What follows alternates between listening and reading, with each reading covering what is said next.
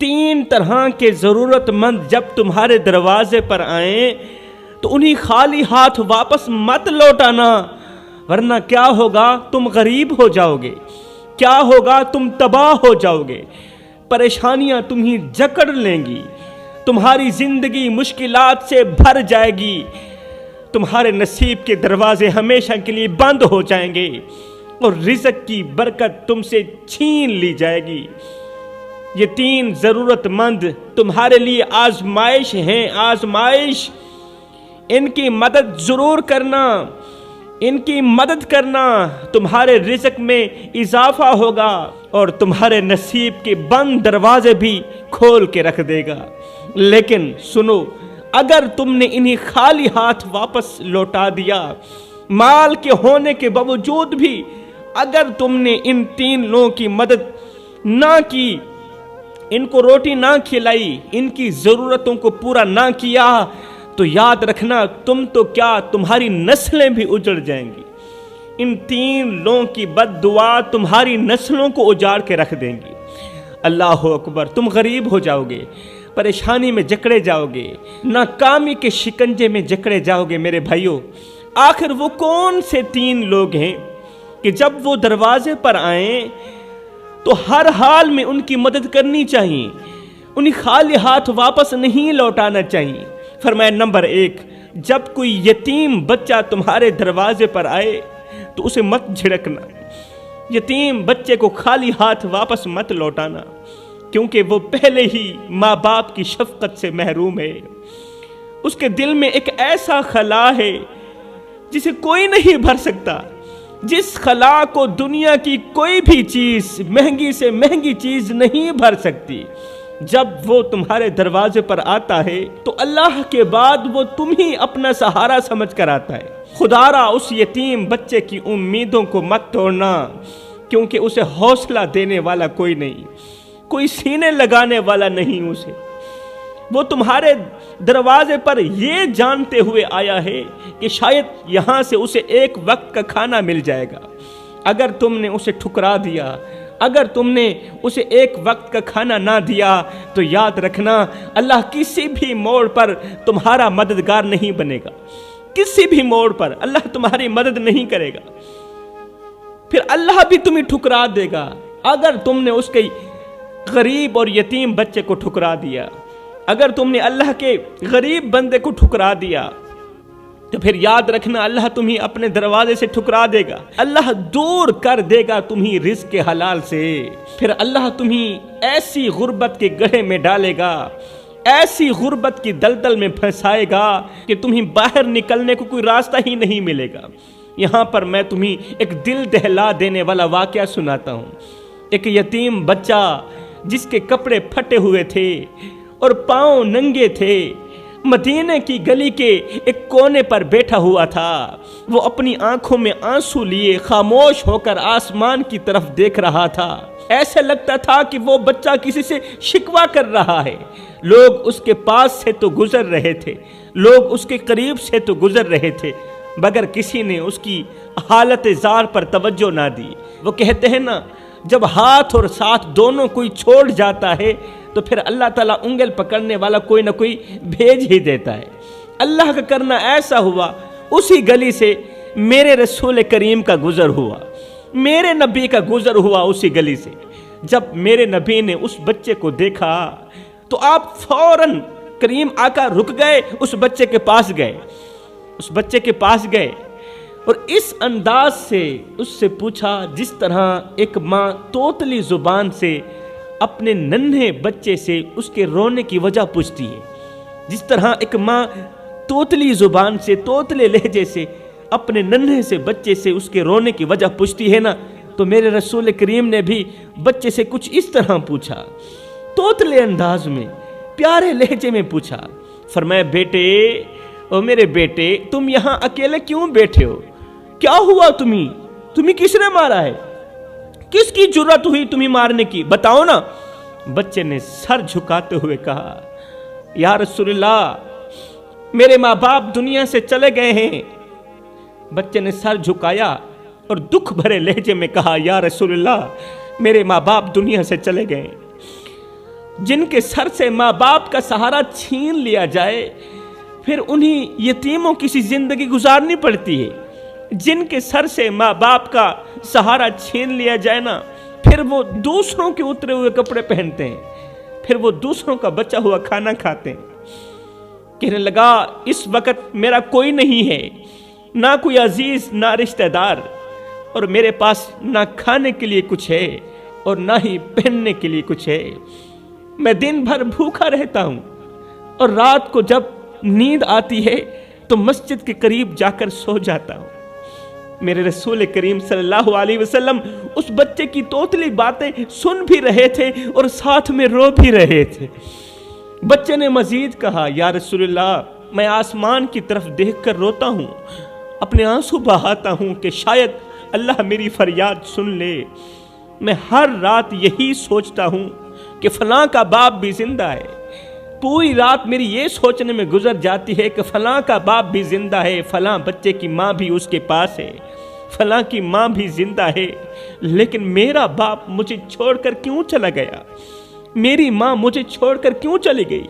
میری ماں مجھے تنہا کیوں چھوڑ گئی؟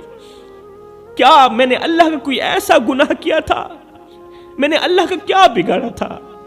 میں نے اللہ کا کوئی ایسا گناہ کیا تھا کہ مجھے یوں بے سہارا کر دیا گیا؟ پھر اس بچے نے اپنی چھوٹی مٹھی کو آسمان کی طرف بلند کرتے ہوئے کہا، روتے ہوئے کہا، او میرے مالک اللہ، اگر تو نے مجھے ایسے ہی پریشان اور بے سہارا ہی چھوڑنا تھا تو پھر مجھے دنیا میں بھیجنے کی کیا ضرورت تھی؟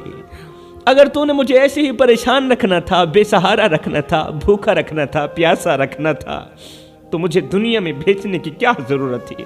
اگر ماں کے سائے کے بغیر ہی میں نے جینا تھا، اگر میں نے باپ کی شفقت سے محروم ہی رہنا تھا، تو پھر میری زندگی کا مقصد کیا تھا؟ پھر میری زندگی کا مقصد پریشانی تھی۔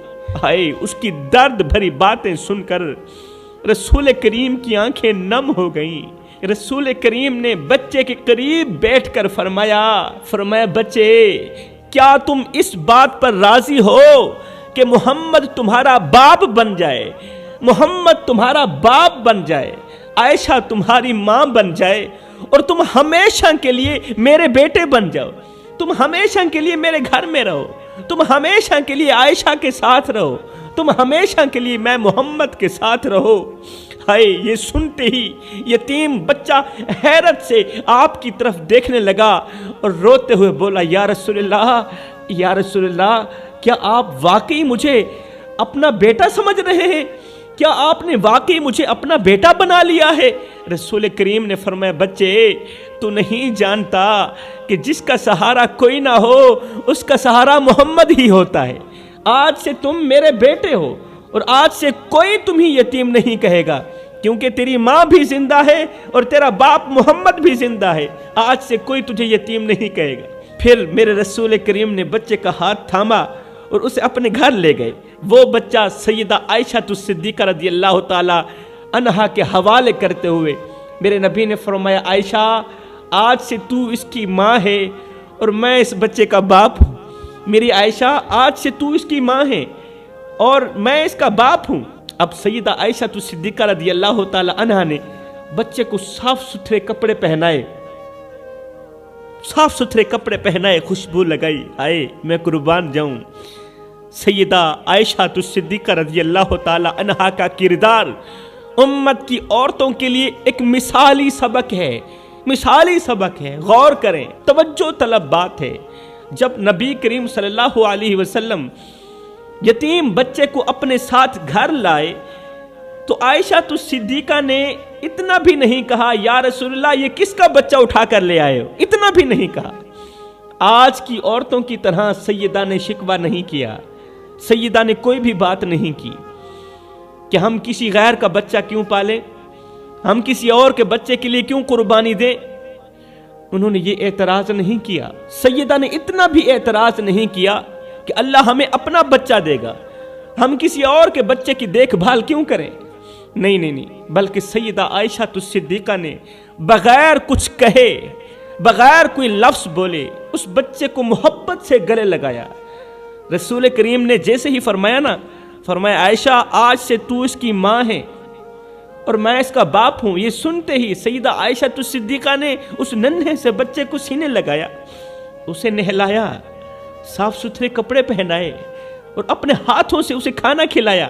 سیدہ عائشہ صدیقہ نے نہ صرف بچے کی جسمانی ضرورتوں کا خیال رکھا بلکہ اس کی روح کو بھی محبت سے بھر دیا، بچے کی روح کو بھی پیار سے بھر دیا۔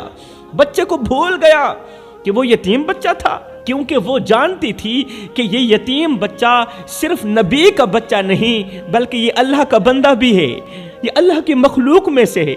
آج کل کی عورت شاید کسی یتیم کو ایک گلاس پانی دینے سے بھی کترائے، کسی یتیم بچے کو ایک گلاس پانی پلانے گوارا نہیں کرتی، لیکن سیدہ عائشہ صدیقہ نے ہمیں سبق دیا کہ محبت اور شفقت کا تعلق خون یا رشتہ داری سے نہیں بلکہ محبت اور شفقت کا تعلق دل کی پاکیزگی سے ہوتا ہے۔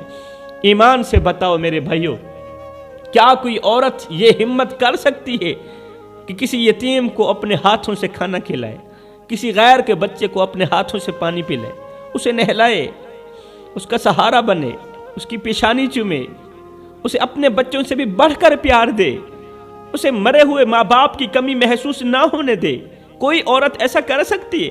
اگر ایسا نہیں کر سکتی تو پھر ہمیں اپنے دلوں میں جھانک کر یہ سوچنا چاہیے کہ ہم کہاں کھڑے ہیں۔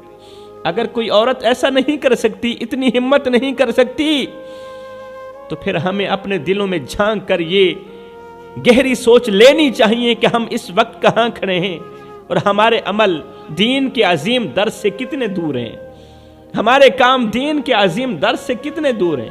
جو کام آج کی عورتیں کرنے سے گھبراتی ہیں، جو کام آج کل کی عورتیں کرنے سے کتراتی ہیں، وہ مشکل ترین کام امت کی ماں نے کر کے دکھائے۔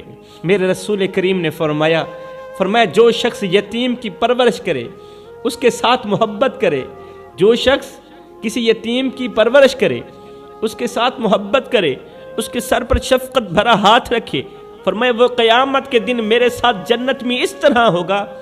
یتیم کی کفالت کرنے والا شخص، یتیم کی دیکھ بھال کرنے والا شخص، وہ قیامت کے دن میرے ساتھ جنت میں اس طرح ہوگا جس طرح یہ دونوں انگلیاں ایک دوسرے کے ساتھ ملی ہوئی، ایک دوسرے کے ساتھ جڑی ہوئی۔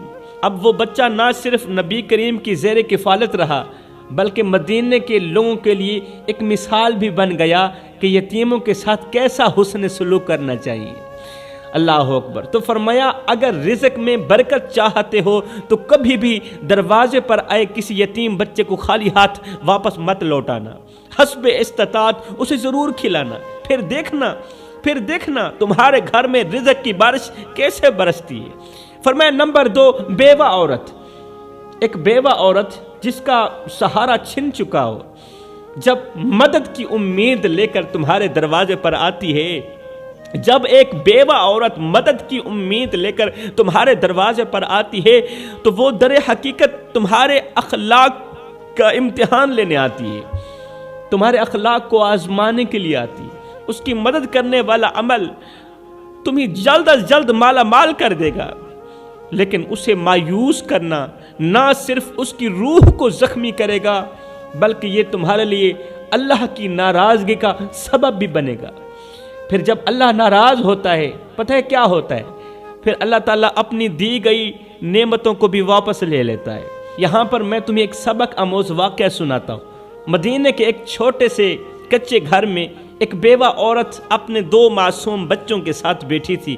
مدینے کا شہر ہے، ساتھ ہی ایک چھوٹا سا گاؤں ہے، گاؤں کے اندر ایک کچا گھر ہے، اس گھر کے اندر ایک بیوہ عورت اپنے 2 معصوم بچوں کے ساتھ بیٹھی تھی۔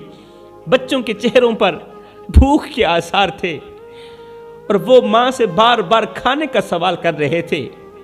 چھوٹا بچہ ماں کی طرف دیکھ کر بولا، امی آج کھانے کو کچھ ملے گا؟ یہ سن کر ماں کا دل ٹوٹ گیا، لیکن وہ زبردستی مسکرا کر بولی، بیٹا ابھی تو کچھ نہیں ملے گا، لیکن صبح کا انتظار کرنا پڑے گا، صبح ہوتے ہی کھانے کا بندوبست ضرور کروں گی۔ اب بچوں کو جھوٹے بہانے سے سلا کر وہ رات بھر جاگتی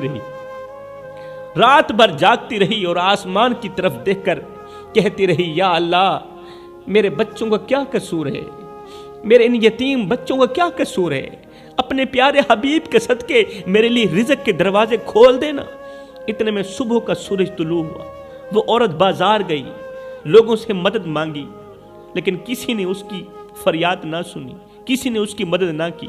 آخر کار وہ ایک گھنے سے درخت کے نیچے جا کر بیٹھ گئی۔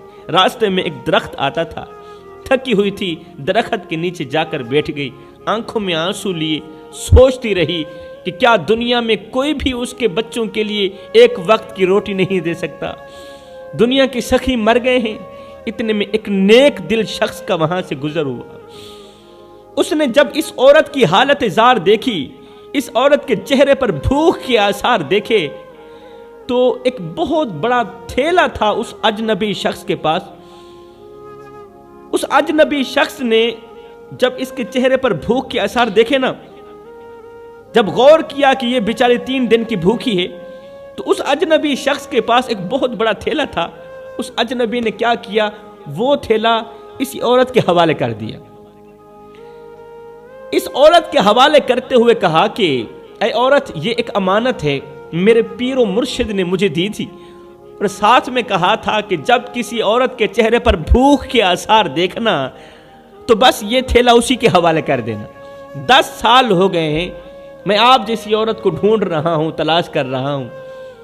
10 سال کے اندر ایک آپ ہی عورت مجھے ملی ہے جس کے چہرے پر بھوک کے آثار ہیں۔ یہ لیجئے اپنی امانت اور مجھے جانے دیجئے۔ جب عورت نے اس تھیلے کو کھولا تو دیکھ کر حیران رہ گئی کہ تھیلے کے اندر سونے کے سکے تھے۔ وہ تھیلا سونے کے سکوں سے بھرا ہوا تھا۔ اب سونے کے سکوں سے بھرے ہوئے تھیلے کے اندر سے ایک چھوٹی سی پرچی نکلی۔ اس پرچی کے اوپر لکھا تھا کہ یہ تمہارے صبر کی جزا ہے۔ اے عورت، تمہاری زندگی میں جو غربت آئی، پریشانیاں آئیں، مصیبتیں آئیں، تو تو نے صبر کیا، صبر کا دامن مضبوطی سے پکڑا، بس یہ تیرے صبر کی جزا ہے۔ آج سے تیرے اچھے وقت شروع ہو گئے، آج سے تیری غربت کے وقت ختم ہو گئے۔ یہ عورت وہاں سے اٹھی، درخت سے اٹھی، خوشی خوشی واپس اپنے گھر کی طرف جا رہی تھی کہ راستے میں اس نے ایک ایسے معذور شخص کو دیکھا جو رو رہا تھا اور کہہ رہا تھا، لوگوں، جو میں نے کیا وہ کبھی بھول کر بھی نہ کرنا۔ ایک معذور کی آواز آ رہی تھی نا، اس آواز میں یہ الفاظ تھے، لوگوں، جو میں نے کیا وہ کبھی بھول کر بھی نہ کرنا۔ عورت نے جب رونے کی آواز سنی تو اس کا دل بھر آیا، اس شخص کی طرف بڑھی، رونے والے شخص کی طرف بڑھی کہ دیکھوں تو صحیح کہ یہ کون ہے اور کیا چاہتا ہے۔ جب یہ عورت اس شخص کے پاس پہنچی، اس کے قریب گئی، جب اسے دیکھا تو دیکھ کر حیران رہ گئی کہ یہ تو وہی مالدار شخص تھا جس کے دروازے پر یہ عورت بچوں کے لیے روٹی مانگنے کے لیے گئی تھی۔ تو اس نے اسے جھڑک دیا تھا اور دھکے دے کر گھر سے باہر نکال دیا تھا، اسے بے عزت کر کے دھکے دے کر گھر سے باہر نکال دیا۔ آج اس کا حال یہ تھا کہ بے یار و مددگار ہو کر، بے بس ہو کر، معذور ہو کر ایک درخت کے نیچے پڑا رو رہا ہے، چیخ رہا ہے اور کہہ رہا ہے، لوگوں، جو میں نے کیا وہ کبھی بھول کر بھی نہ کرنا۔ میرے پاس مال بھی تھا، دولت بھی تھی، سب کچھ تھا، دروازے پر آئے ضرورت مندوں کو دھکے دے کر گھر سے باہر نکال دیتا تھا۔ جو میں نے کیا وہ کبھی نہ کرنا۔ اللہ کے نام پہ کچھ نہ کچھ ضرور دیتے رہنا، اگر نہیں دو گے تو تمہارا حشر بھی ایسے ہی ہوگا جیسے آج میرے ساتھ حشر ہو رہا ہے۔ ہائے، مالدار شخص کو اس حال میں دیکھ کر یہ غریب عورت کہنے لگی، لوگوں، کبھی بھی کسی دکھیاری عورت کو اپنے دروازے سے خالی ہاتھ مت لوٹانا۔ کبھی بھی مال کے ہونے کے باوجود بھی کسی بیوہ عورت کو اس کی ضرورت پوری کیے بغیر اپنے گھر سے خالی ہاتھ واپس مت لوٹانا، ورنہ یاد رکھنا جو خدا دینے کی طاقت رکھتا ہے وہ واپس لینے کی طاقت بھی رکھتا ہے۔ تو فرمایا نمبر 3، بھوکا مسافر۔ جب بھوکا مسافر تمہارے دروازے پر آئے تو بھوکے مسافر کو بھی خالی ہاتھ واپس نہیں لوٹانا، کچھ نہ کچھ ضرور دے کر ہی اسے بھیجنا۔ تو یہ 3 لوگ ایسے ہیں، جب بھی تمہارے دروازے پر آئیں تو ان کی ضرور مدد کرنا، ان کی مدد کرنا تمہیں مالا مال بنا دے گا، اور ان 3 لوگوں کو جھڑکنا تمہیں کنگال کر دے گا، تمہیں غربت کی دلدل میں پھنسا کے رکھ دے گا۔